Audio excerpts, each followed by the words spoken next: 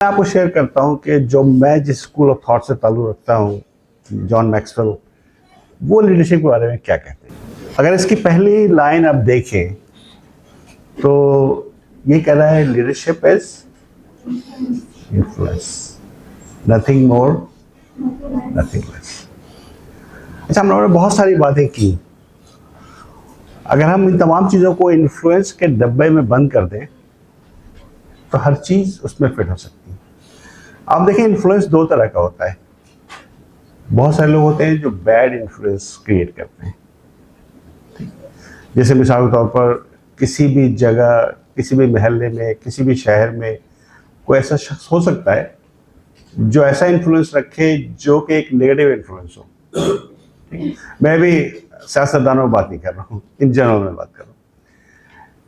लेकिन वो भी एक लीडरशिप है। अगर वो एक नेगेटिव इन्फ्लुएंस भी रखता है, वो अपने इलाके का माफिया का वो अगर चीफ है तो वो भी एक इन्फ्लुएंसर है, वो भी एक ग्रुप को लीड कर रहा है।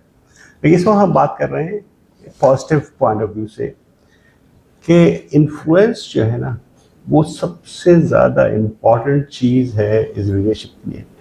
जब इसके बारे में सोचते हैं तो इस तरह सोचना शुरू कीजिए कि एज ए लीडर, अच्छा, बहुत सारी बातें जो आप लोगों ने अभी की हैं उससे एक चीज़ ध्यान में आती है कि बहुत सारे लोग ये सोचते हैं कि हर कोई लीडर नहीं बन सकता। ये बॉर्न एक अल्लाह ताला की तरफ से एक वो है, कैपेबिलिटी है।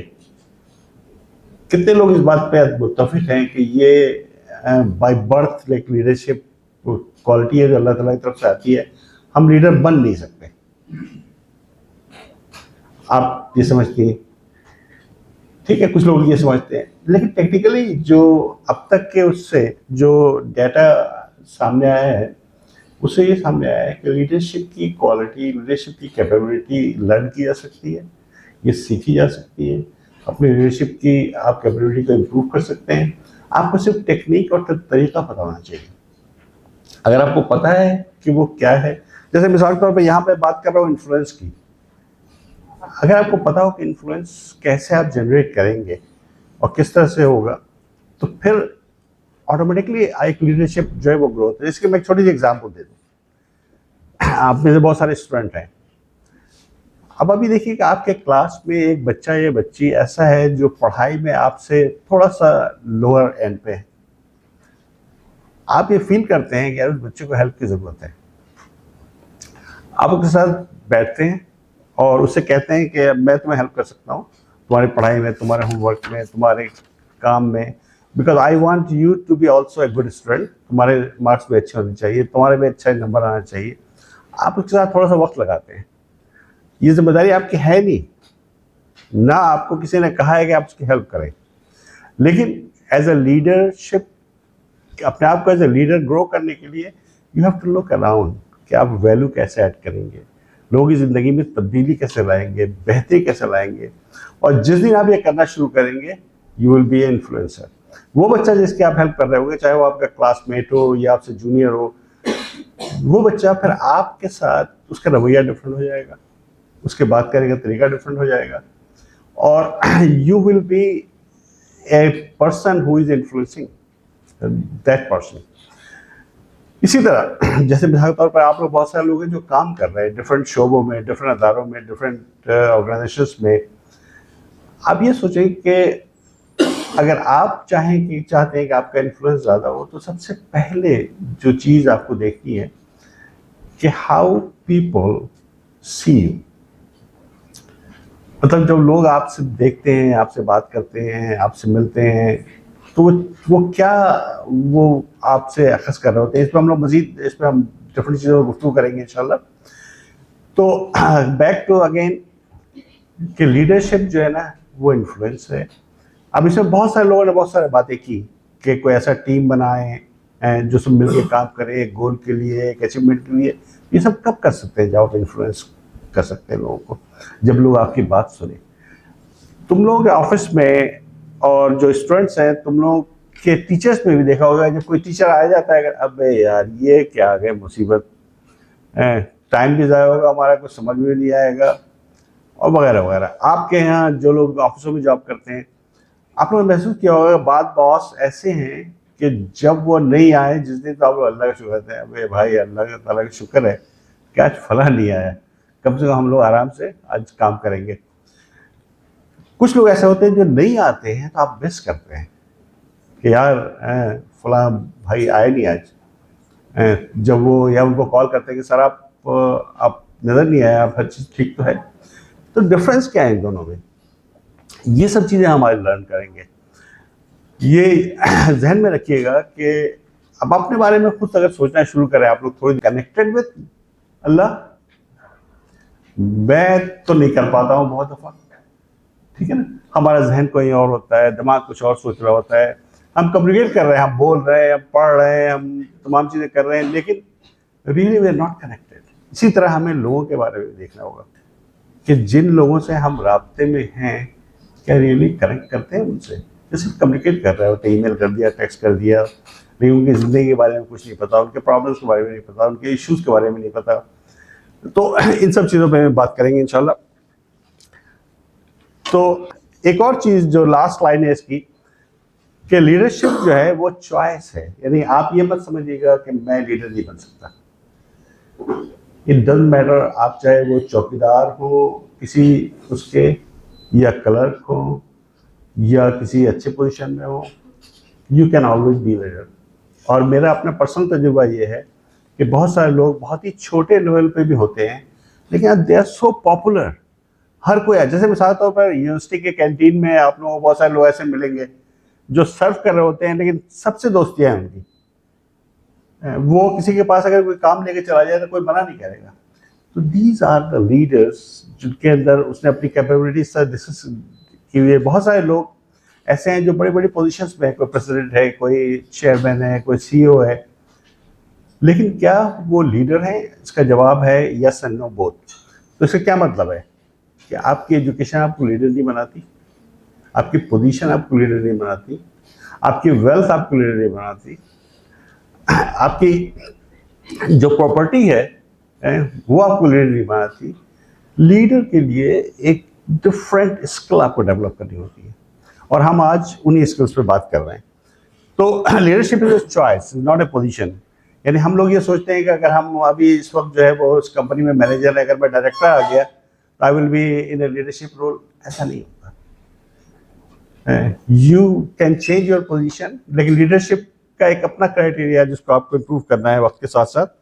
अब जो दूसरा टॉपिक है वो बड़ा इम्पॉर्टेंट है कि हम जो है नॉर्मली अभी जैसे डिस्कस कर रहे थे हम लोग कि लीडरशिप जो है ऐसा होना चाहिए जो लोगों को जो है इम्प्रेस करे, लोगों को इंस्पायर करे, लेकिन हमें अपने बारे में सोचना चाहिए। You have always start with you. कि जो हम एक लीडर के बारे में बात करते हैं, लीडर को ऐसा होना चाहिए, ऐसा होना चाहिए, ऐसा होना चाहिए, ऐसा होना चाहिए, हम कहाँ खड़े हैं? क्या वो तमाम चीज़ें जो एक लीडर के बारे में हम सोचते हैं कि लीडर के अंदर ये होना चाहिए, क्या वो क्वालिटीज़, वो कैपेबिलिटीज़, वो चीज़ें हमारे अंदर भी हैं?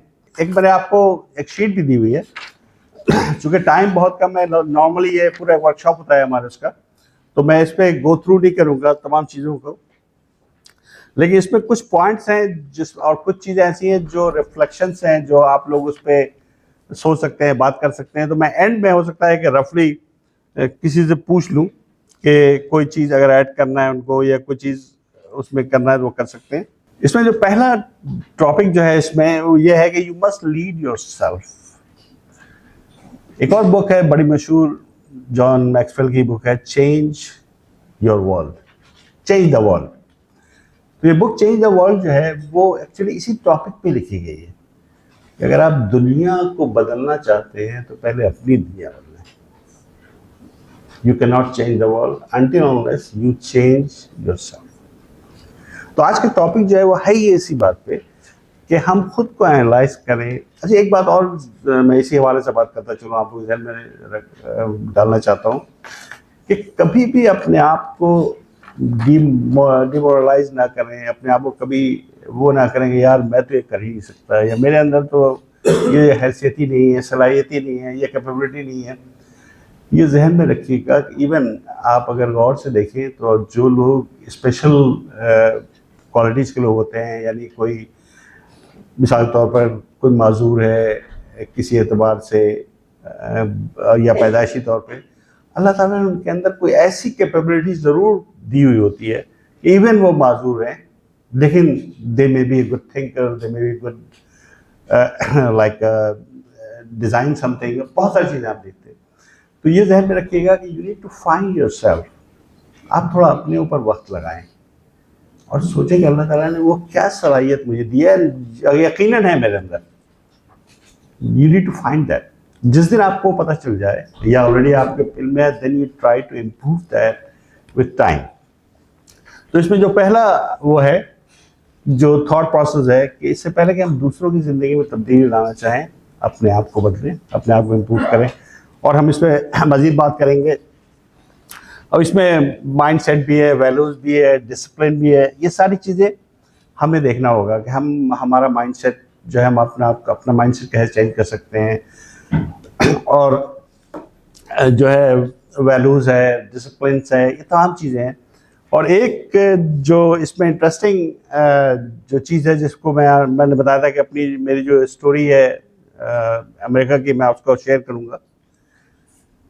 वो ये कि जब मैं उस पर काम करता था प्रेस पे, तो अच्छा माशाल्लाह मैं अमेरिका में पाकिस्तान में अच्छी उस पर था। मैंने अपनी कंसल्टिंग कंपनी यहाँ पे मैं रन कर रहा था वगैरह वगैरह। तो जब वहाँ अमेरिका जब मैं गया और जो पहली जो जॉब मिली, तो इट्स वेरी टफ जॉब। और मेरी जाहिर सी बात है कि फैमिली मेरे साथ थी, I have to earn something someway.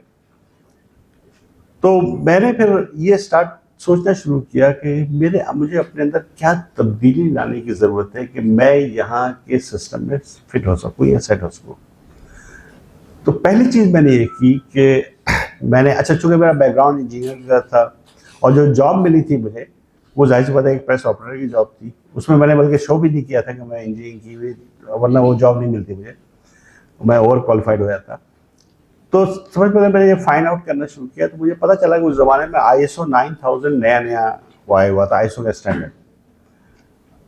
और हमारी पूरी फैक्ट्री में मैं काम करता था, कोई उसके बारे में इतना नहीं जानता था। और हर जो है वहाँ पे शुरू हो रहा था सब को, सारी फैक्ट्रियों में, कि अभी ये सिस्टम शुरू हो रहा है। पहला मैंने काम ये किया कि मैंने एक इंस्टीट्यूशन ज्वाइन किया, उसमें ISO 9000 के बारे में मैंने पढ़ना शुरू किया, जानना शुरू किया। अब यकीन माने कि उसी कंपनी में मैं 3 महीने के अंदर 3 प्रमोशन हुई मुझे, ठीक है। सिर्फ ISO की वजह से नहीं, बल्कि the way I am dealing, the way I am making things. और उसके बाद फिर मैं एक और कंपनी, जैपनीज़ कंपनी में ज्वाइन किया 1994 में। वहाँ मैं सप्लायर क्वालिटी मैनेजर के तौर पर वहाँ हायर किया गया। ये पूरा सफ़र जो था मेरा 1 साल का, उसमें क्या हुआ कि मैंने जो लर्न किया, मैंने गैप लर्न किया कि गैप क्या है मेरे अंदर और यहाँ में आगे बढ़ने में। उस गैप में टेक्नोलॉजी थी, उस गैप में माइंडसेट भी था, उस गैप में जो चीज़ें थी कि इस वक्त जो है हम दूसरों की हेल्प में कैसे, जैसे मिसाल तौर पर चूँकि टीचिंग का मेरा एक एक्सपीरियंस था, तो मैंने क्लास ट्रेनिंग शुरू कर दी ISO 9000 की अपने तमाम स्टाफ को, इवन हमारे सीनियर स्टाफ आते थे। तो उससे मेरा फ़ायदा क्या हुआ कि मुझे उस पूरे सब्जेक्ट में ज़्यादा कमांड होता चला गया। तो और फिर वो जो पहली बात जो थी लीडरशिप की, इन्फ्लुएंस की, वो ऑटोमेटिकली जनरेट होती चली गई कि जब मैंने ISO पर लेक्चर देना शुरू किया, ISO की ट्रेनिंग देनी शुरू की, तो ऑटोमेटिक मेरा इन्फ्लुएंस बढ़ता शुरू हो गया और फिर मेरी पोजीशन चेंज होती चली गई। और 97 में फिर मैं जनरल मोटर्स ज्वाइन किया और जनरल मोटर्स में जो पोजीशन थी मेरी, वो ISO लीड ऑडिटर के तौर पर ज्वाइन किया। तो सिर्फ 4-5 साल के सफ़र में मैंने एक प्रेस ऑपरेटर से लीड ऑडिटर, वो भी अमेरिका की सबसे बड़ी कंपनी। तो ये जो सफ़र है, इसमें मैं मुख्तलिफ कहानियाँ हैं, मुख्तलिफ स्टोरीज जो मैं आपको बताते चला जाऊँगा। इसमें जो लास्ट इसमें है कि डेली चॉइसेस। ये जहन में रखिएगा कि लीडरशिप जो है ना, वो ऐसा नहीं है कि जैसे मैंने आज आप लोगों से बात कर लिया और आपने कहा ज़बरदस्त, ये तो हमने सब सीख लिया, मैं लीडर बन गया, या मैं अपने आप को समझूं कि मैं इतना पढ़ाता हूँ, इतना वो करता हूँ, मैंने हर चीज़ वो कर ली। ऐसा नहीं है। We have to do properly, we have to move. तो इसमें जो है एक चीज़ जो है उसमें मैं आप लोगों को, मेरे पास एक नोट है जो मैं पढ़ना भी चाहता हूँ, और उसके उसमें लीडरशिप में एक जो बहुत इम्पोर्टेंट चीज़ है, जो आगे आप देखेंगे, माइंडसेट, वैल्यूज, इमोशन। अच्छा, इमोशन जो है वो बड़ा इम्पोर्टेंट है लीडरशिप में, कि आप अपने इमोशन कैसे कंट्रोल करते हैं। इस पर हम लोग मजीद बात करेंगे, लेकिन जो है मैं 3 चीज़ें आपसे पूछ रहा हूँ, आप जैसे एक यहाँ से कोई जवाब दे दे, यहाँ से कोई जवाब दे दे, कि अगर आपको मैनेज करने में, मैं 3 चीज़ों के नाम ले रहा हूँ, टाइम, इमोशन और हैबिट्स। ये 3 चीज़ें ऐसी हैं, जब लीडरशिप पे आप सोचना शुरू करेंगे ना, तो आपकी फेलियर कहाँ कहाँ होती है। टाइम में होती है, इमोशंस में होती है, और हैबिट्स में होती है। यानी हमारी हैबिट्स ऐसी बनी हुई है, घर में बच्चों के साथ हमेशा चिल्ला के ही बात करेंगे हम, ठीक है, या गुस्से में बात करेंगे। मैं मिसाल दे रहा हूँ, या जब हम अपने बड़े अफसर से मिलते हैं तो उनसे बड़ी इज्जत, एहतराम, सर झुका के, हाथ सीने पे रख के। लेकिन जब हम ड्राइवर से बात करते हैं, या अपने किसी और जूनियर से बात करते हैं, तो हमारे चेहरे का जो है वो डिफरेंट होता है, हमारा एटीट्यूड डिफरेंट होता है, हमारे बात करने का स्टाइल डिफरेंट होता है, हमारी बॉडी लैंग्वेज डिफरेंट होती है। तो ये जो 2-3 चीज़ें हैं, मैं फिर दोबारा रिपीट कर देता हूँ। टाइम मैनेजमेंट का इशू, हैबिट्स और इमोशन। ये 3 चीज़ें ऐसी हैं कि जो भी आप कर रहे होंगे ना, इन 3 चीज़ों का ख्याल रखें। टाइम मैनेजमेंट में क्यों कहता हूँ, जैसे मिसाल तौर पर आपने मुझसे वादा किया कि मैं कल 5 बजे आपके साथ आ रहा हूँ, आप आए भी नहीं, या देर से आए, फ़ोन भी नहीं किया, तो क्या वो जो ट्रस्ट का जो एक वो है ना, वो फिर आप लूज़ कर रहे हैं। जब ट्रस्ट का वो लूज़ करेंगे तो इन्फ्लुएंस आप लूज़ करेंगे। फिर कल आप मुझसे अगर किसी चीज़ का वादा करेंगे, किसी चीज़ का कमिट करेंगे, तो मैं वो ट्रस्ट मेरा अब आपके ऊपर नहीं रहेगा जो पहले था। इसलिए टाइम का बड़ा एक इशू है। तो इन तीनों में आप समझते हैं कि सबसे इम्पोर्टेंट क्या है? टाइम, इमोशन, और तीसरा क्या था? हैबिट्स। इन तीनों में सबसे इम्पोर्टेंट क्या है, या तीनों इम्पोर्टेंट है? तो टेक्निकली इस पर डिबेट की जा सकती है, लेकिन तीनों इम्पोर्टेंट है।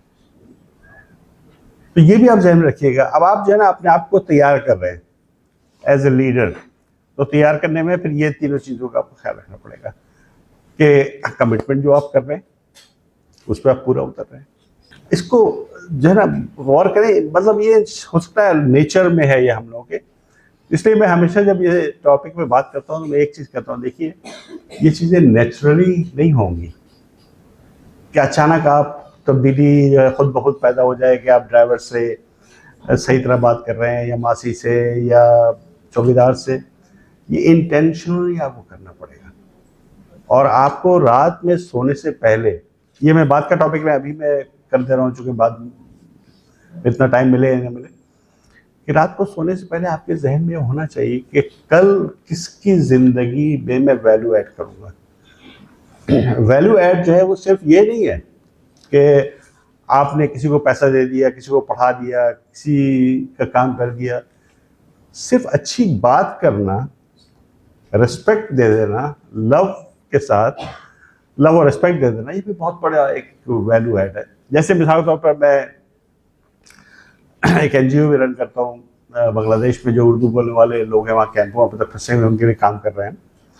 तो वहाँ जब बच्चों से बात करता हूँ मैं, तो मैं थोड़ा सा एक वाक़या सुना था जो आपको, कि एक प्रोग्राम था जिसमें पेरेंट्स और बच्चे दोनों आए हुए थे, और बच्चों के कोई प्राइज डिस्ट्रीब्यूशन सेरेमनी वगैरह थी, तो पेरेंट्स भी आए हुए थे। तो जब सेरेमनी ख़त्म हुई तो मैंने कहा कि हर बच्ची या बच्चा अपने वालिद या वालदा जो भी आए हैं उनके साथ यहाँ स्टेज पे आए बारी बारी। अब वो लोग आना शुरू हुए। फिर मैंने उनसे कहा बच्चों से कि अब आपने वालिद को या वालदा को, इत्तेफाक से 90% वालदा थी, वालिद बहुत कम थे। मैंने कहा कि अपनी वालदा को हक करो और कहो आई लव यू। आप यकीन माने कि बहुत सारी बच्चियां बच्चे हेजिटेट कर रहे थे अपनी माँ से लपटने में, अपनी माँ को ये कहने में। अच्छा, एक बच्ची जो है वो और उसकी माँ दोनों रोने लगी। वो लोग गले गले मिले और रोने लगे। अब पूरा जो है मतलब मैं भी एक और सा फील कर रहा था कि मैंने एक ऐसा वो कर दिया जिससे लोग थोड़ा सा इमोशनल भी हो गए। तो फिर मैंने थोड़ा सा इंटरप्ट किया उन लोगों को और मैंने कहा कि बेटा तुम बताओगी कि तुम क्यों रो रही हो। तो उसने कहा कि हमारी अम्मी ने मुझे डांटा था किसी बात पे और वो गलती मेरी नहीं थी, तो मैं 3 दिन से घर में खाना भी नहीं खा रही थी और अम्मी से बात भी नहीं कर रही थी। तो अब वो एक ऐसा इंसिडेंट था कि अब वो लोग वहाँ पे गले मिले, मतलब वो चीज़ें ख़त्म हो गई। तो मेरे कहने का मतलब ये है कि ये जो इमोशनल टच होता है ना, तो अब मैं बच्चों को ये कहता हूँ कि बेटे हम लोग जब घर जाते हैं और खाना अगर नहीं बना हुआ होता है तो अम्मी से चिल्ला के बात करते हैं यार खाना नहीं बना, सारा दिन इतनी देर से आ रहे हैं। लेकिन अब हमारी माँ या बहनें रोज़ाना कितनी मेहनत से कितना कुछ, कितनी दफ़ा उनको शुक्रिया अदा करते हैं, कितनी दफ़ा उनको हक करते हैं, कितनी दफ़ा उनको कहते हैं थैंक यू। तो ये बैलेंस जो है ना बड़ा इम्पोर्टेंट है। और इसी हवाले से एक और चीज़ मैं आप लोगों को बताता चलूँ, that is very important and critical. एक बुक पब्लिश हुई थी अर्ली 2000 में, उसमें एक फॉर्मूला डिस्क्राइब किया गया था 5 to 1 का। एक 5 to 1 का एक फॉर्मूला डिस्क्राइब किया था उन्होंने, मुझे इस वक्त ऑथर का नाम याद नहीं है। उन्होंने कहा था कि always remember before you criticise someone, before you correct someone, say 5 thing good to them. ये नहीं उसी वक्त नहीं कि 5 सही करने के बाद आपने डांट दिया उसको। आप हिस्टोरी देखें हिस्टोरिकली। जैसे मिसाल के तौर पर मैं एक छोटी मिसाल देता हूँ, हमारे छोटे भाई बहन हैं, पानी लाओ, पानी लेके आ गया, खाना लगा दो, गाड़ी जल्द से निकाल देना या मोटरसाइकिल साफ कर देना वगैरह वगैरह। भाई से हम काम लेते हैं, छोटी बहनों से काम लेते हैं, नौकरों से काम लेते हैं, ड्राइवर से काम लेते हैं, हर दफ़ा वो लोग कर रहे हैं। एक गलती अगर हो जाए इनमें से किसी से भी, आप उनको डांट रहे होते कि तुम लोगों को समझ में नहीं आता है बात वगैरह वगैरह।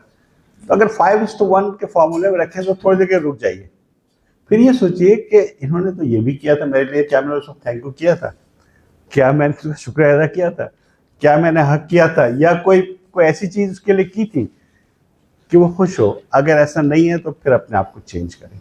यही है चेंज योरसेल्फ की जो बात होती है ना, वो यही से स्टार्ट होती है कि आप हर अच्छी चीज़ पे, चाहे वो आपका स्टाफ के लोग हों, चाहे फैमिली के लोग हों, या कोई टीचर भी अगर अच्छा पढ़ाता है, किसी दिन आपको अच्छा लगता है, जाकर उससे कहें कि सर आज की क्लास में मज़ा आया, बहुत अच्छा।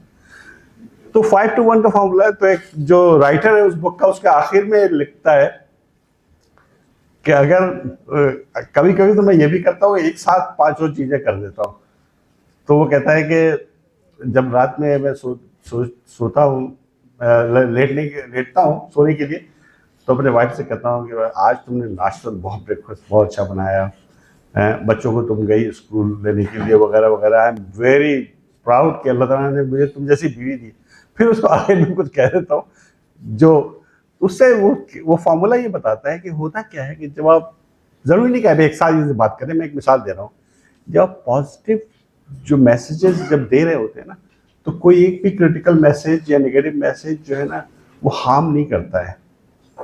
लेकिन आपने कभी पॉजिटिवली किसी को इंस्पायर नहीं किया, किसी को इंकरेज नहीं किया, किसी को नहीं किया, और हमेशा जब भी उससे बात की या तो डांट रहे हैं या तंबीह कर रहे हैं या वो कर रहे क्रिटिसाइज कर रहे हैं, तो फिर क्या होता है कि you are bringing him away from.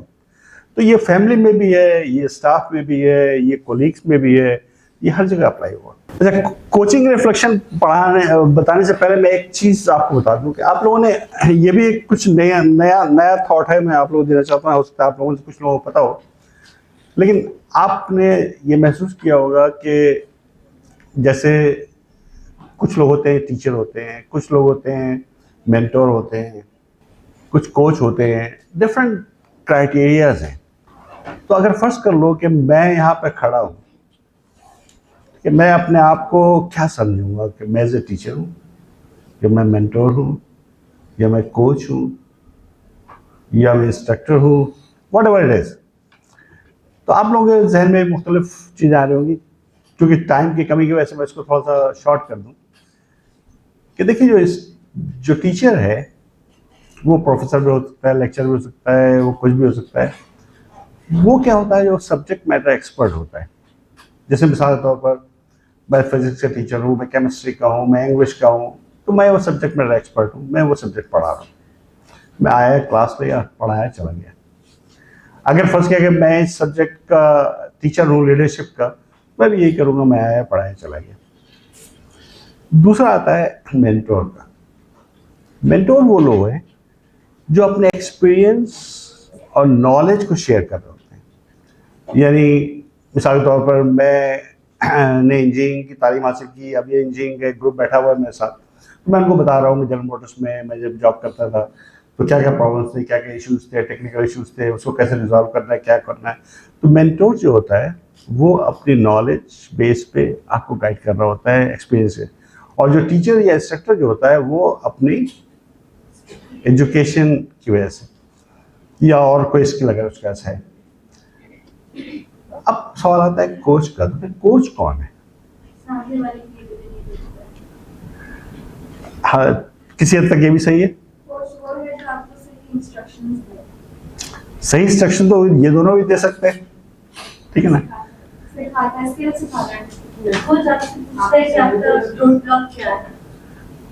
हाँ, थोड़ा सा हम उसको और लेके आगे बढ़ते हैं क्विकली। कोच वो है जो आपको दोनों काम कर रहा है, लेकिन he hold your hand and walk with you.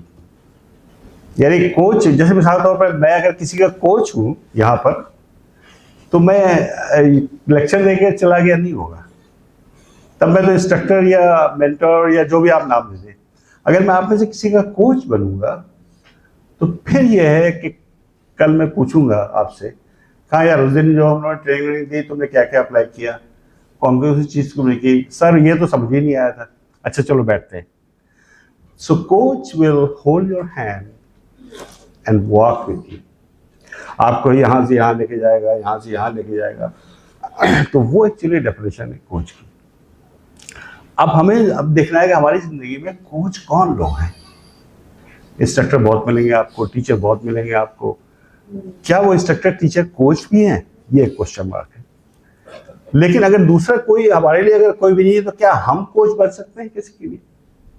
इसका जवाब यकीनन यस में होगा। जैसे आप कोच बनते हैं, आप क्या करते हैं, आप अपना इन्फ्लुएंस जो है वो इंक्रीज कर रहे हैं।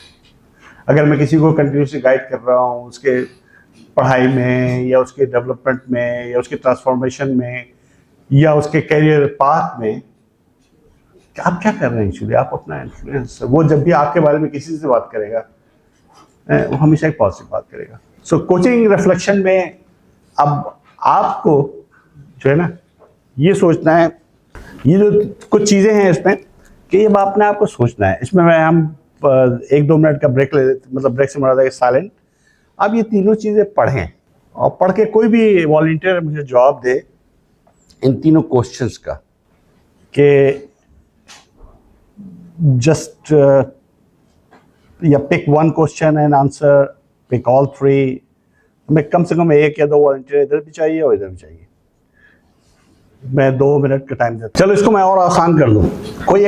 कोई ऐसी हैबिट बताइए जिससे आप अपनी लीडरशिप को इम्प्रूव कर सकते हैं। Physical activity. तो फिजिकल एक्टिविटी क्यों इम्पोर्टेंट है? कि आप अपने आप को इम्प्रूव कर रहे हैं, इससे क्या होगा कि आप जो है ना दूसरों की हेल्प कर सकते हैं, सपोर्ट कर सकते हैं। जी, कामों की ओनरशिप लेना, काम करने की कोशिश करना और उसको ग्रेजुअली इम्प्रूव करने की, सीखने की कोशिश करना। तो जब आप किसी चीज को स्टार्ट करते हैं तो लोग आपके साथ फिर शामिल होना शुरू होता है। ये बड़ी क्रिटिकल और इम्पॉर्टेंट चीज़ है जो आपने डिस्कस की, ऑनरशिप। अगर आप leader as a leader grow होना चाहते हैं तो you have to take the ownership. अगर फर्स्ट क्या आप किसी ऑफिस में बैठे हुए हैं, वहाँ पर 5 लोग हैं और कोई काम आता है, अबे तू कर दे यार, ठीक है ना, यार ये मेरा काम नहीं है भाई, ये तो अब्दुल सलाम का काम है। अब्दुल सलाम साहब जो है फिर अब्दुल कलाम को पहुँचा देते हैं। लेकिन if you want to be a leader, think about that. इसका मतलब ये नहीं कि आप सारे काम खुद ही करने लगेंगे, लेकिन लीडर जो है वो क्या करता है कि वो रिस्पॉन्सिबिलिटी लेता है, या तो वो खुद काम करेगा या डेलीगेट करेगा प्रॉपरली। तो लीडर के पास जब भी वो काम जाएगा, आप देखिए वो काम हो जाएगा। This is one of the, तो आपने जो बात की बड़ी इंपॉर्टेंट बात है। और कोई? जी बेटा। पब्लिक स्पीकिंग और एम्पैथी। एम्पैथी को तुम डिफाइन कर दो, खड़े हो जाओ, सर पहले नाम बताओ अपना। मेरा नाम मोहम्मद गिरानी है। मैं एम्पैथी को इस तरह डिफाइन कर सकते हैं कि दूसरों की प्रॉब्लम्स को समझना और समझना और फिर उसी तरह बिहेव करना। जैसे अगर किसी के घर में किसी का इंतकाल हो गया है कुछ, तो आप अगर ऑफिस में हैं तो आप उससे कम काम देंगे या उन्हें लाइक इजी इन पे रहेंगे उस तरह। बिल्कुल सही बात है। और मेरे ख्याल में हम इस पे एक टॉपिक भी है मेरा, एक स्लाइड अगर वहाँ पहुँच गए तो, कि सिंपैथी और एम्पैथी में फ़र्क है, ठीक है ना। और एज ए लीडर हमें बहुत स्मार्ट होना चाहिए इस फ़र्क को जानने का और इसको अप्लाई करने का। पीछे से आपको ऐसे कोई बात करना चाह रहा था। मैं समझती हूँ किसी सोसाइटी क्लास किसी भी लेवल में इनजस्टिस होता है तो बहुत से लोग उसको बर्दाश्त कर लेते हैं, और कोई एक ऐसा खास आदमी होता है जो वो इस चीज को बर्दाश्त नहीं कर सकता, तो वो अपनी हैबिट्स को चेंज करता है, अपनी विल पावर क्रिएट करता है और वो उनको उनके बिहाफ काम करता है। तो वो आई थिंक हैबिट्स है ये अपने आप को, वो वैसे तो पर्सनली वैसे डरा हुआ होता है, मगर वो जब देखता है ना इंसान की, तो वो इस इनजस्टिस को लेके अपनी आवाज बुलंद करता है। That's good. नहीं, बहुत अच्छी बात की आपने। तो अभी बात हो रही थी कि कोई ऐसी हैबिट बताएं जो आपकी लीडरशिप को इम्प्रूव करने में हेल्प करेगा। तो बहुत सारे थॉट आए। बेटा आपकी बात पूरी हो गई थी, अभी बाकी थी? हो गई। अब जो मेरा सवाल है वो थोड़ा सा डिफरेंट है, लेकिन आप कुछ कहना चाहेंगे उससे पहले? सर, मेरा नाम हारिस है। मैं ये कहना चाह रहा था कि आप लीडरशिप के बारे में पूछ रहे थे कि एक क्वालिटी बता दें। तो बेसिक क्वालिटी मेरा ये है कि आपके अंदर डिक्टेटरशिप ना हो, आप आमिर ना हो, आप एक जमहूरी तरीके से कम्युनिकेट करें, लोगों से बात करें उनकी, और ग्रास रूट लेवल से स्टार्ट करें, मतलब जी से स्टार्ट करें और फिर ए पर आए। तो अगर आप लोगों की रूट के अंदर मौजूद है, लोग की जरूरत में मौजूद है, तो मेरे ख्याल है आप लीडरशिप की क्वालिटी को डेवलप कर सकते हैं। गुड। मिसबिहेवियर और एटीट्यूड को खत्म करना है। रॉन्ग एटीट्यूड, जी, रॉन्ग एटीट्यूड या क्रिटिसिज्म है, ये है वो है। तो अब आप देखिए, अगर हम लोग गुफ्तगू करेंगे तो बहुत सारी चीज़ें सामने आएंगी कि अगर हमें एज ए इन्फ्लुएंसर के तौर पर अगर सामने आना है तो हमें ये ख़त्म करना चाहिए, ये ख़त्म करना चाहिए, ये ख़त्म करना चाहिए। मेरे ख्याल में 1 घंटा तो हम लोग इस पर बात कर सकते हैं और ये ऐड करना चाहिए। तो अब आ गया कोचिंग रिफ्लेक्शन से, यहाँ पर ये सब चीज़ें हम क्यों डिस्कस कर रहे हैं और कोचिंग के साथ साथ डिस्कस कर रहे हैं, उसको मैं थोड़ा सा समराइज कर दूं, फिर हम नेक्स्ट स्लाइड पे मूव होते हैं। वो ये कि यहाँ कोचिंग रिफ्लेक्शन हम इसलिए कह रहे हैं कि आप जो है वो, अगर आप इन्फ्लुएंसर बनना चाह रहे हैं, और लीडरशिप के बारे में मैंने फर्स्ट डेफिनेशन में ये बता दिया है कि leadership is influence, nothing less nothing more.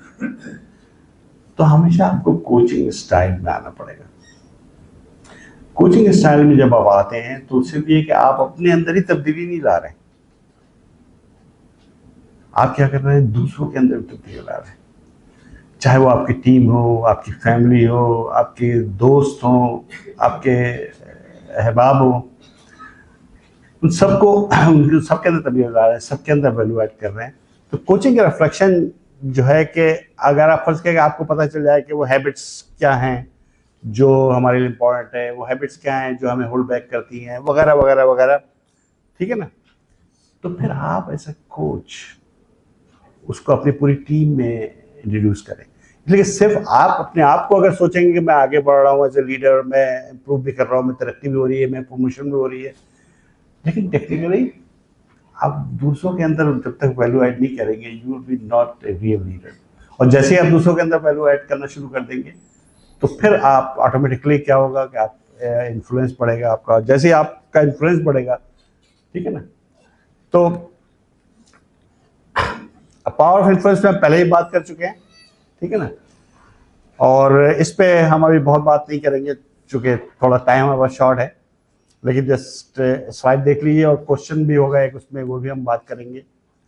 ये बड़ा इंपॉर्टेंट है, इस पे मैं ज़्यादा बात करना चाहता हूँ क्विकली कि ग्रोथ इज इंटेंशनल। देखिए दो तरह की ग्रोथ होती है, एक फिजिकल ग्रोथ, यानी एक बच्चा है जो पैदा होता है तो उसका एक खास वेट होता है, हाइट होती है, हर चीज़ होती है, उसके साथ नेचुरली वो क्या होगा कि वो उसके हाइट भी बढ़ता चला जाएगा, वेट भी बढ़ता चला जाएगा, दूसरी बॉडी के जो पार्ट्स हैं उसमें भी एक तब्दीली आती है, नेचुरल ग्रोथ है। लेकिन अगर आप चाहें कि वो एक अच्छा लीडर बने, आप चाहते हैं कि अच्छा साइंटिस्ट बने, आप चाहते हैं कि वो बच्चा एक एस्ट्रोनॉट्स बने, आप चाहते हैं कि वो बच्चा जो है ना वो एक रिलीजियस लीडरशिप पे आए, तो ये क्या है, ये इंटेंशनल चॉइस है। फिर आपको उसी लिहाज से उस बच्चे को गाइड करना पड़ेगा, उस बच्चे को उसी तरह के स्कूल में डालना पड़ेगा, उस बच्चे को उसी तरह से आपको हेल्प करना पड़ेगा। अब आप अपने बारे में सोचिए कि अगर हम हर चीज़ अल्लाह पे छोड़ देते हैं, ठीक है ना, जाहिर सी बात अल्लाह पे छोड़ना है, लेकिन इंटेंशनल उसकी बात हो रही है कि जैसे हम सुबह रात को सोते हैं तो हमें ये नहीं पता कि कल का क्या प्रोग्राम है, हमने अपनी ज़िंदगी में क्या तब्दीली लेनी है एज ए लीडर, ठीक है ना, हम किस अपने अंदर क्या वैल्यू ऐड कर रहे हैं, दूसरों की ज़िंदगी में क्या वैल्यू कर रहे हैं, what is the change I have to make in myself. सुबह उठते हैं, कोई प्लान नहीं होता, कोई एक्टिविटी नहीं होती, सुबह अगर ऑफिस जाना है ऑफिस जा रहे हैं, कॉलेज जा रहे हैं कॉलेज जा रहे हैं, लेकिन हम एक प्लान नहीं बना रहे होते हैं इंटेंशनली। इसमें एक छोटी सी मिसाल देते हुए मैं बहुत देता हूँ और अक्सर देता हूँ कि अगर मैं आपसे ये कहूँ, खासतौर पर यूथ से मैं भी बात कर रहा हूँ, कि तुम लोग सबको मैं एक हफ्ते के लिए जो है ना वो गिलगित लेके जाऊंगा गर्मियों में, सारा खाना पीना रहना सब कुछ मारा है, ठीक है ना। अब आप लोग क्या करेंगे कि उसके बारे में प्लान बनाना शुरू कर देंगे, अरे यार अनवर सर हम लोग गिलगित लेके जा रहे हैं, तेरे पास कपड़ा है, कौन सा कपड़ा पहनेंगे, क्या पहनेंगे, गिलगित में कहाँ कहाँ जाना है, आप गूगल जाएंगे, वहाँ सर्च करना शुरू करेंगे, फिर आप मुझसे सवाल करेंगे सर ठहरेंगे कहाँ, वगैरह वगैरह वगैरह। आप ये सोचिए कि सिर्फ वो 3 दिन या एक हफ्ते का प्रोग्राम मैं आज 6 महीना पहले आपको देता हूँ और आप अभी से उसके बारे में सोचना शुरू कर देंगे, प्लान बनाना शुरू कर देंगे, हर एक को बताना शुरू कर देंगे। अभी हम लोग जुलाई में ना गिलगित जा रहे हैं, लेकिन क्या हम अपनी जिंदगी का प्लान बनाते हैं कि आज हम यहाँ खड़े, आज से 5 साल के बाद 10 साल के बाद हम कहाँ होंगे और वहाँ जाने के लिए हमें क्या क्या करना होगा। This is called intentional growth. अगर आपको आगे बढ़ना है, अगर आपको ग्रो करना है, तो अगर आप नेचुरल उस पर छोड़ देंगे ना तो it's very difficult. You have to plan, you have to work hard, ठीक है ना। आपको उसी लिहाज से चीज़ों को आगे बढ़ना होगा, चीज़ों को लेके चलना होगा। तो अब इसमें कुछ टॉपिक्स हैं, ठीक है ना, जो जस्ट क्विकली मैं रिव्यू कर देता हूँ कि डेली हमें अपने आप को देखना होगा। ग्रोथ अगर अपने आप को एक लीडरशिप के तौर पे लेके जाना है, ठीक है ना, तो डेली हमें एक दिन में नहीं होगा या एक दफ़ा में नहीं होगा, every day we have to make sure, ठीक है। और जाहिर सी बात है कि हमें ह्यूमिलिटी भी चाहिए, लर्निंग भी चाहिए। Feedback is fuel for improvement, ये एक ऐसी चीज़ है जो मैंने यहाँ पे सिर्फ ऐसे ही लिखा हुआ है यहाँ पर, लेकिन इस पर बहुत लंबी गुफ्तगू हो सकती है, लेकिन मैं आपको सिर्फ छोटी सी एक चीज़ बता दूँ। एक चीज़ होती है अकाउंटेबिलिटी, और आप लोग सबको पता होगा अकाउंटेबिलिटी का उर्दू में क्या तर्जुमा होगा, एहतसाब। तो अच्छा, एक एहतसाब जो है यहाँ पर होता है पाकिस्तान में, उसका एक अदारा भी बना हुआ ना कोई, उस एहतसाब की बात नहीं हो रही यहाँ। अकाउंटेबिलिटी से बुरा कि फर्ज किया कि आप में से कोई शख्स आज ये तय करता है कि यस मैं अपने आप को इम्प्रूव करूँगा, मैं अपनी लीडरशिप स्किल डेवलप करूँगा, तो फिर जो है वो एक प्लान बनाएगा, वो एक जो है ना प्रोसेस डेवलप करेगा, व्हाटएवर इट इज। सवाल यह है कि हाउ वी मेक श्योर कि वो फॉलो कर रहा है। अकाउंटेबिलिटी नहीं है किसी उस, जैसे बात है कि मैंने अपना प्लान बड़ा लंबा चौड़ा, और आप में से बहुत सारे लोग ऐसे होंगे इंक्लूडिंग माई सेल्फ कि साल जब शुरू होता है ऐसा लंबा चौड़ा प्लान बना रहे होते हैं कि इस साल मैं ये करूँगा ये करूँगा ये करूँगा, फिर पता चला कि वो जो है बेचारा कभी खुलता भी नहीं है, या खुलता है तो पता चलता है कि यार ये दिन में गुजर गया, ये हफ्ता में गुजर गया, ये काम बाकी है।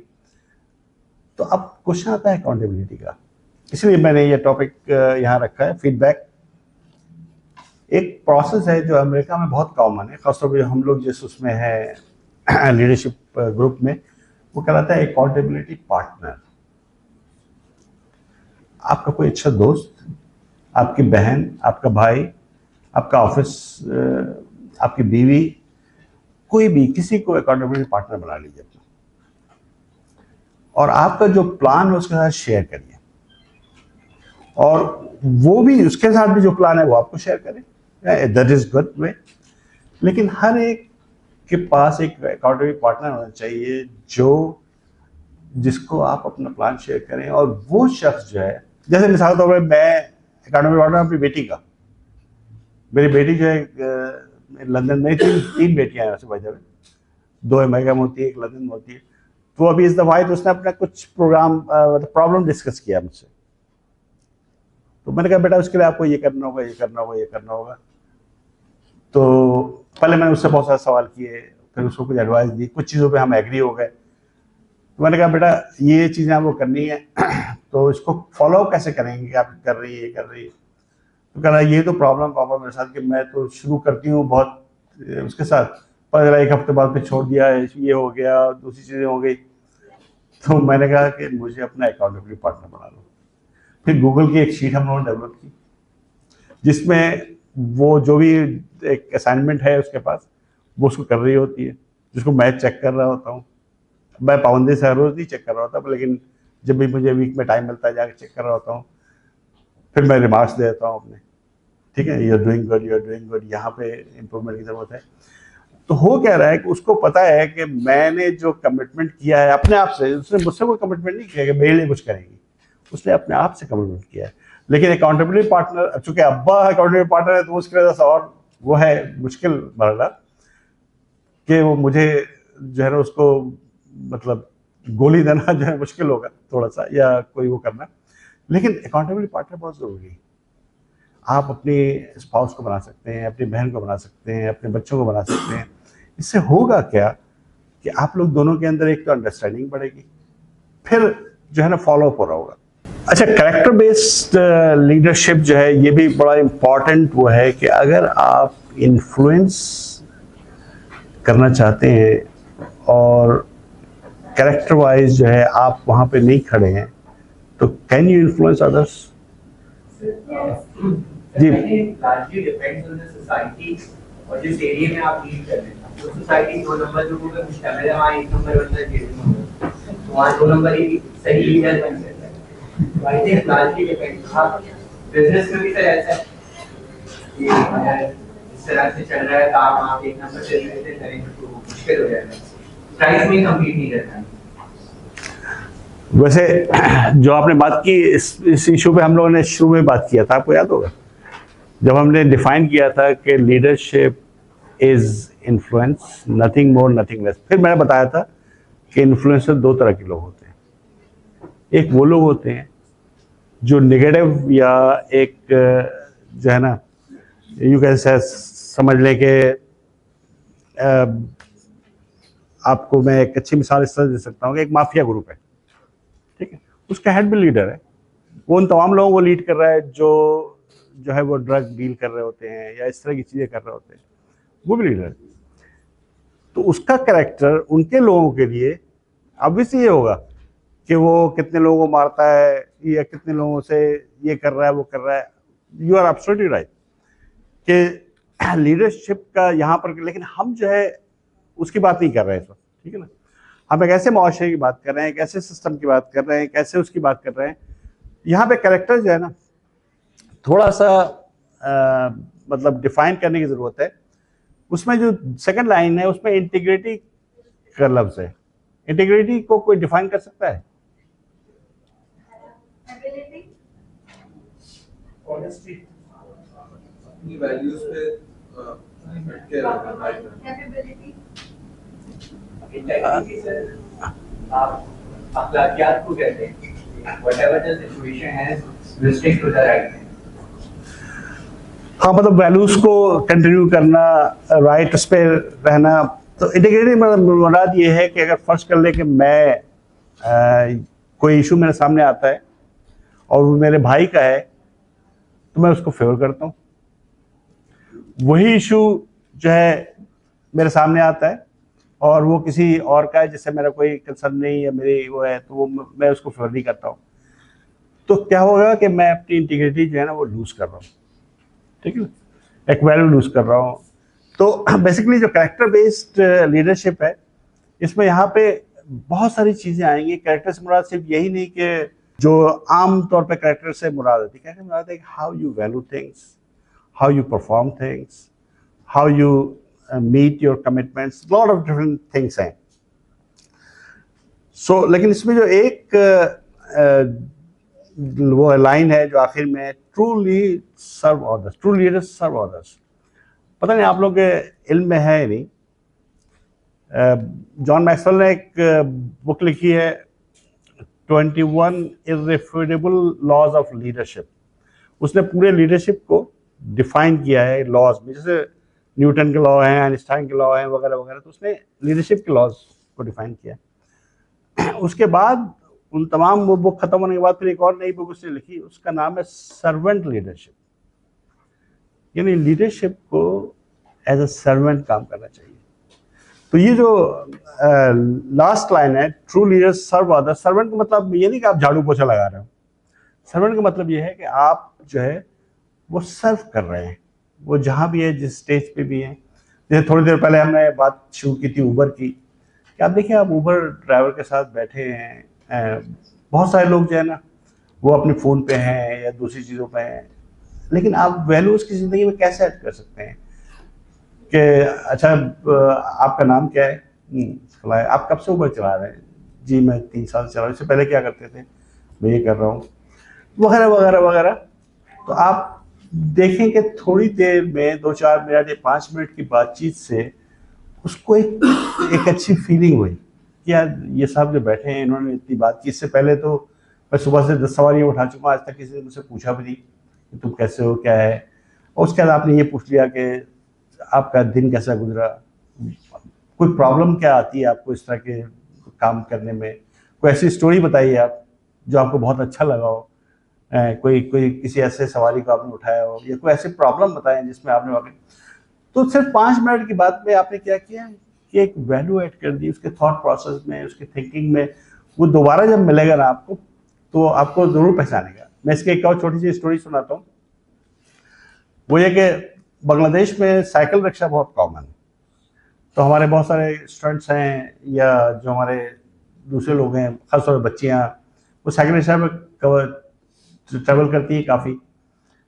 और साइकिल रिक्शा वाला जो है वो 15 रुपये 20 टका जो भी वहाँ का वो है करेंसी, उसमें वो पैसे देते हैं।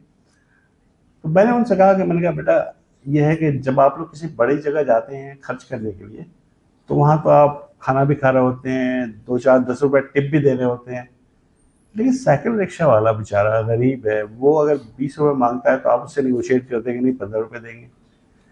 तो उसको अगर जो है ना 5 रुपये ज़्यादा दे दो तो क्या हर्ज है। दूसरा ये कि उससे सलाम कर लिया करो, उससे पूछ लिया करो चाचा आप कैसे हैं, हर चीज़ ठीक है, आज तो गर्मी बहुत है, आप साइकिल रिक्शा चला रहे हैं, क्या आपको पानी में दिलवा दूँ वगैरह वगैरह। ये 2-4 सवाल। आप यकीन मानेंगे 2-3 बच्चियों ने मुझे जो स्टोरी सुनाई, इट वॉज अमेजिंग। उसने एक बच्ची ने बताया कि सर एक रिक्शा वाले के साथ ऐसा हुआ था, मैंने उसको पानी की बोतल मेरे पास थी ठंडी, वो मैंने दे दी थी उसको। अब मैं कहीं से भी गुजर रही होती हूँ, वो रिक्शा वाला अगर आ रहा होता है वो रोक के पूछता है मुझसे कि बेटा तुमको जाना तो नहीं है, मैं तुम्हें छोड़ सकता हूँ वगैरह वगैरह। तो ये क्या है कि ये इन्फ्लुएंस है। और इन्फ्लुएंस कैसे हुआ, जस्ट लास्ट है कि सर्व अदर्स, और कुछ नहीं किया उसने अपने आप को इस पोजीशन में लेके आ गई कि उसने ठंडे पानी की एक बोतल दे दी, कोई अच्छी बात कर दी। अच्छा, इमोशनल इंटेलिजेंस पे कोई किसी के जहन में है कि what is emotional intelligence? So the ability to perceive, control and evaluate emotions of self as well as others is called as emotional intelligence. Very good definition. अच्छा, अभी जो हमारा टॉपिक है वो क्या है कि एवरीथिंग स्टार्ट्स फ्रॉम, सर जी अपनी विल पावर वो इमोशनल इंटेलिजेंस कहते हैं कि आप किस चीज़ से कंट्रोल हो और क्या क्या कर सकते हैं, आपके माइंड में क्या क्या बिल्कुल कंसिडर, ये भी कंसिडर किया सकता है इमोशनल इंटेलिजेंस में। लेकिन जैसा कि मैंने बताया, इस टॉपिक का जो हमारा आज का पूरा सेशन था वो क्या था कि everything starts with in you. तो इमोशनल इंटेलिजेंस में भी आपको स्मार्टली चीज़ों को देखना होगा, हाउ टू हैंडल। अब मैं पहले इसकी एक स्टोरी सुनाता हूँ। ये बात है तकरीबन 5 साल पहले या 6 साल पहले, कोविड जो है उसी साल शुरू हुआ था, 2017। कब कोविड शुरू हुआ था? 18 में, 19 में, तो उससे 1 साल पहले की बात है।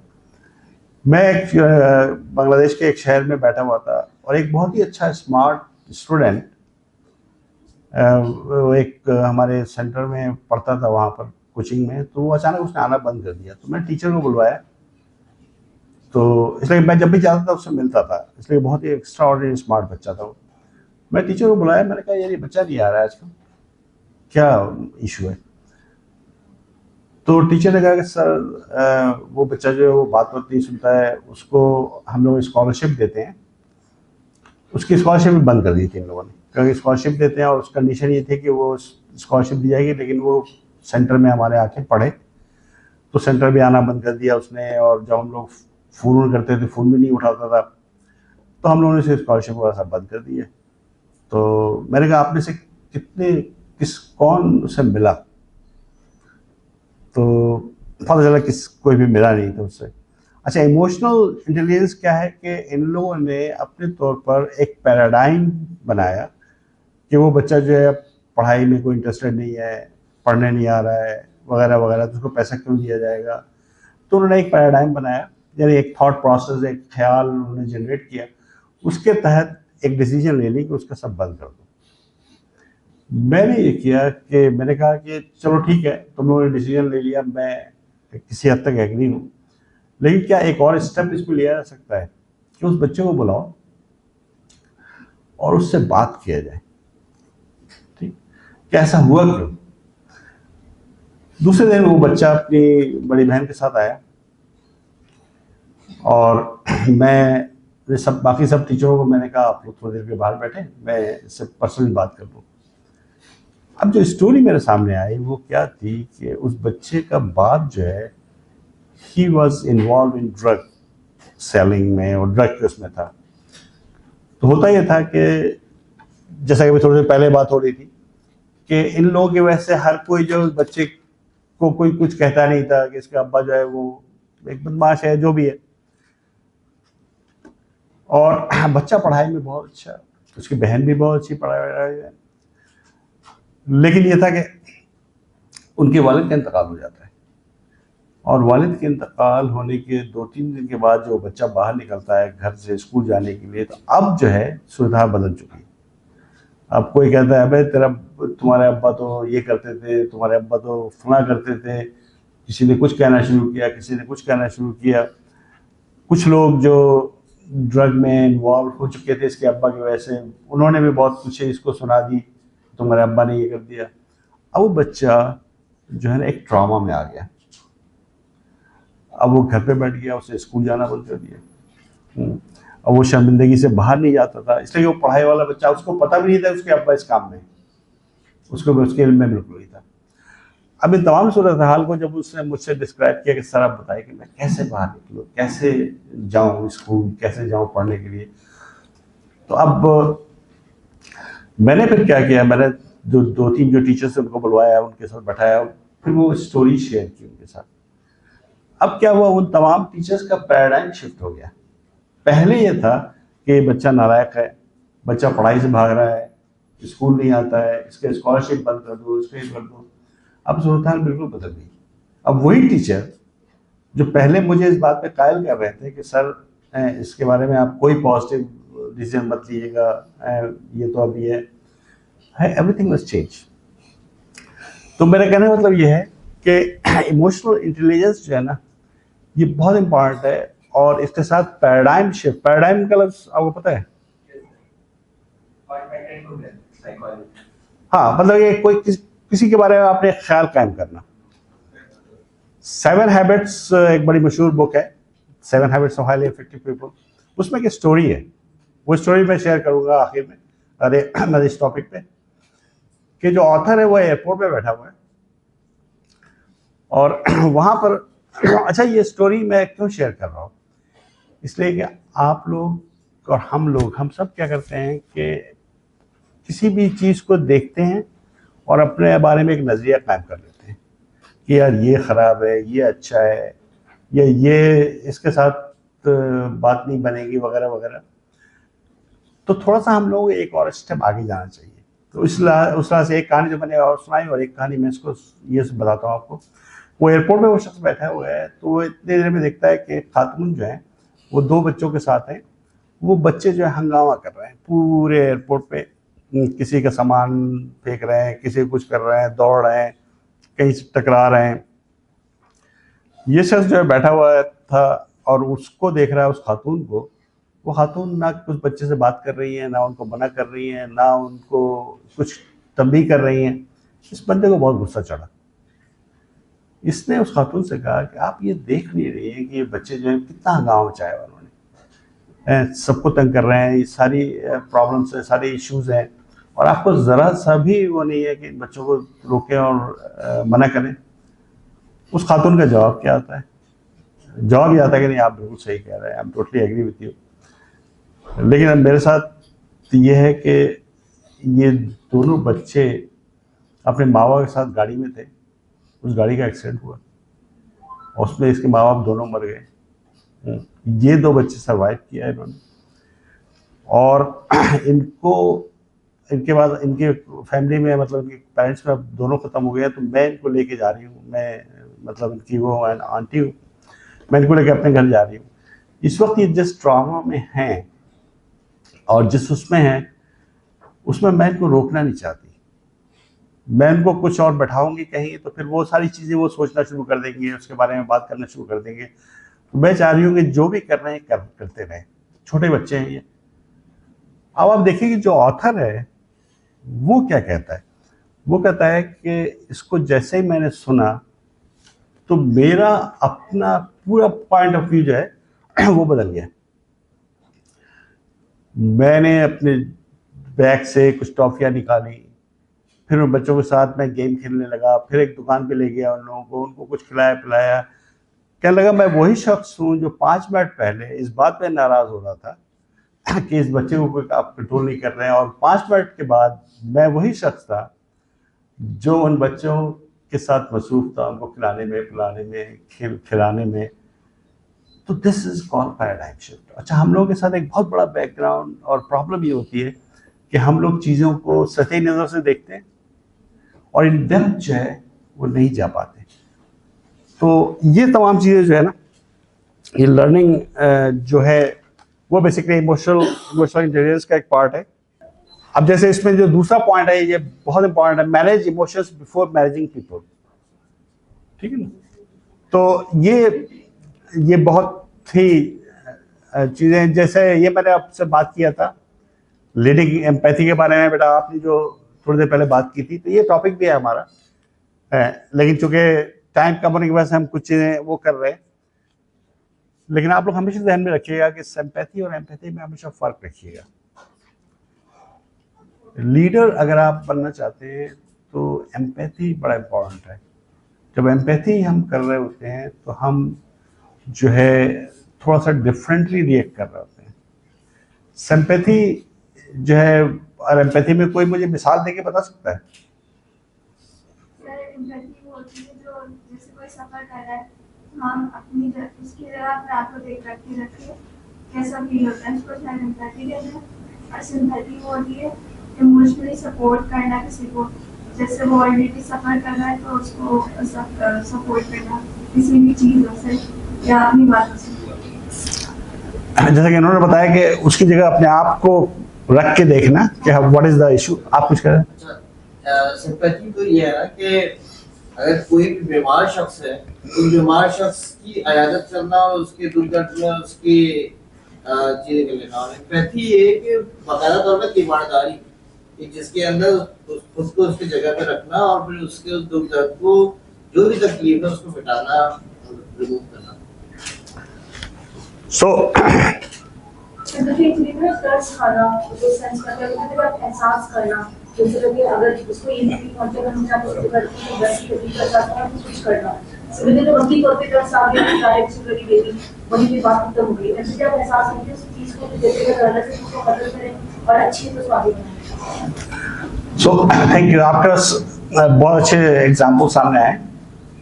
तो एज अ लीडरशिप में अगर आप चाहते हैं कि you are a influencer, as a leader हमेशा ये ध्यान रखिए कि एम्पैथी को अपने आप को क्रिएट करें। अब एम्पैथी क्रिएट करने का तरीका क्या है?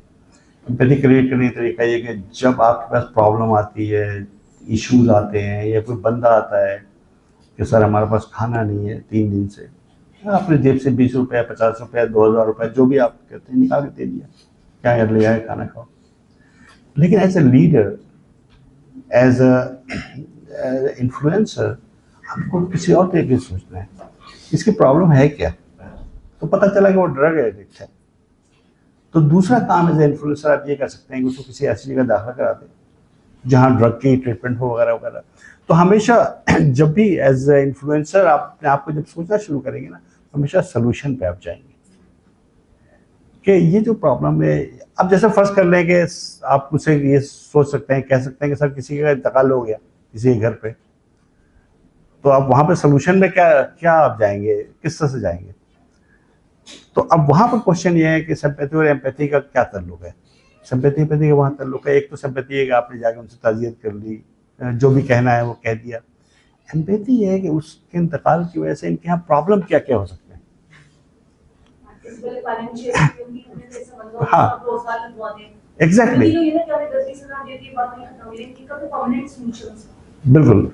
Thank you so much. So तो टाइम की शॉर्टेज की वजह से, लेकिन आप लोग समझ गए कि सिंपैथी और एम्पैथी में जब आप लीडरशिप के रोल में अपने आप को देखेंगे ना, तो सिंपैथी के साथ साथ एम्पैथी पे ज़्यादा जोर देंगे आप कि प्रॉब्लम्स क्या है, इश्यूज क्या है, सोल्यूशन क्या है। हमेशा याद रखिए कि जब आप सोल्यूशन पे बात करेंगे, जब चीज़ों के जब लोगों में वैल्यू ऐड करेंगे, तो you will be getting more and more influence. अच्छा, अब इसके बाद जो है मैं क्लोजिंग थॉट्स पर आता हूँ, इसलिए कि हमारे मेज़बान जो है वो इस वक्त जो है वो थोड़ा सा टाइम कंस्ट्रेंट है हमारे पास। क्लोजिंग थॉट्स में 2-3 चीज़ें हैं यहाँ पर। वो ये कि you don't have to be great to start. हम हर कोई ये सोचता है कि यार अभी तो मैं स्टूडेंट हूँ, क्लास 9 में पढ़ रहा हूँ। आप में बहुत सारे बच्चे मैट्रिक में, कुछ फर्स्ट ईयर सेकेंड ईयर की बच्चियाँ बैठी हुई हैं, कुछ और बच्चे बैठे हुए हैं। तो जब मैं पढ़ लिख लूँगा, जब मैं ये बन जाऊँगा, उसके बाद अपने आप लीडरशिप के बारे में सोचूंगा, ऐसा नहीं है। You can start building leadership even you are very young. अब जैसे अब फिर वही बात आती है कि ट्रेनर, कोच और इंस्ट्रक्टर में कि एक मैट्रिक में एक बच्चा है, ये क्विक क्वेश्चन है आप लोगों से क्लोजिंग में। एक बच्चा मैट्रिक में है, वो अपने आप को एज ए लीडरशिप रोल में डेवलप करना चाहता है, वो है 9th-10th का एक बच्चा है। आप उसको कैसे क्या सजेस्ट करोगे? एक खुद अच्छा इंसान बने और खुद अच्छी पर्सनालिटी बिल्ड करे ताकि लोग आपसे सीखें। अब वो 9th का बच्चा है, उसको पता ही नहीं कि अच्छा इंसान बनने के लिए क्या करना है, अच्छा पर्सनालिटी डेवलप करने के लिए क्या करना है। स्टूडेंट्स आजकल के स्टूडेंट्स बहुत हाई क्वालिटी एजुकेशन हासिल कर रहे हैं, तो आई थिंक मैट्रिक के स्टूडेंट्स बहुत कुछ कर सकते हैं एज अ लीडरशिप और कर भी रहे हैं। That's why I give an example. Study focus करना है, अच्छा इंसान बनना है। आप रिगार्डिंग कि आप स्टूडेंट है, वो वेदर के वो मैट्रिक स्टूडेंट या फिर यूनिवर्सिटी के स्टूडेंट है, जिसका भी स्टूडेंट हो, तो अपनी पढ़ाई पर फोकस करे ताकि वो इन्फ्लुएंशियल बने अपनी सोसाइटी में, अपनी क्लासरूम में। और फिर जैसा हमने कहा था कि एग्जाम्पल कि किसी बच्चे कोई लैक कर रही है तो उसको हेल्प करे, और दूसरी बात है कोई ऑर्गेनाइजेशन ज्वाइन करे जो उसको पूरा सेफ से पूरा एनवायरनमेंट नीचे लाइक स्कूल ऑर्गेनाइजेशन होती है, एनी वगैरह वो अपनी बैग और छोड़ दे। और इंटीग्रिटी बिल्ड करे एवरी लेवल। जैसे स्टूडेंट है तो जो काम है स्टूडेंट उसको नहीं करना है, वो नहीं करते। इंटेग्रिटी कहते हैं ना कि स्टूडेंट के हमारे PhD के भी स्टूडेंट्स होते हैं, थीसिस कॉपी कर लेते हैं, तो इंटेग्रिटी बिल्ड करना क्रिएटिव अकाउंटेबल होना अपने आप। Thank you so much. बहुत सारे अच्छे सजेशंस आए हैं। अब एक मेरा क्वेश्चन है, हमने बहुत सारी चीज़ें पढ़ी और डिस्कस की कि एज ए लीडर हमें इन्फ्लुएंसर होना चाहिए। आपको याद होगा आपने एक बात की थी ऑनरशिप की, और बात हुई थी कमिटमेंट की, टाइम मैनेजमेंट की, याद है? और क्या बात हुई थी? टाइम मैनेजमेंट के अलावा 3 चीज़ें थी हमने बात किया, टाइम मैनेजमेंट, हैबिट और इमोशन। तो ये बहुत सारी चीज़ें हमने डिस्कस की। अब एक मैट्रिक का बच्चा या 9th का बच्चा, उसको अगर हम ऑनरशिप पे लेके आते हैं तो पहली ट्रेनिंग जो है माँ बाप के हैसियत से या एक टीचर के हैसियत से हमें क्या देनी है, बेटा आपका कमरा जो है ना, जब आप कमरे से निकलें तो it should be clean, organise, और अकाउंटेबिलिटी पार्टनर के तौर पर माँ बाप भाई बहन हम लोग जो है ना 10:15 पे तुम्हारे कमरे में आएंगे and we will see that how organise you are.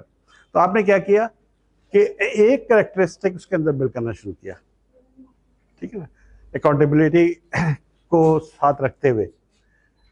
उसके बाद साथ ही साथ टाइम मैनेजमेंट के लास्ट से बात कर रहे हैं।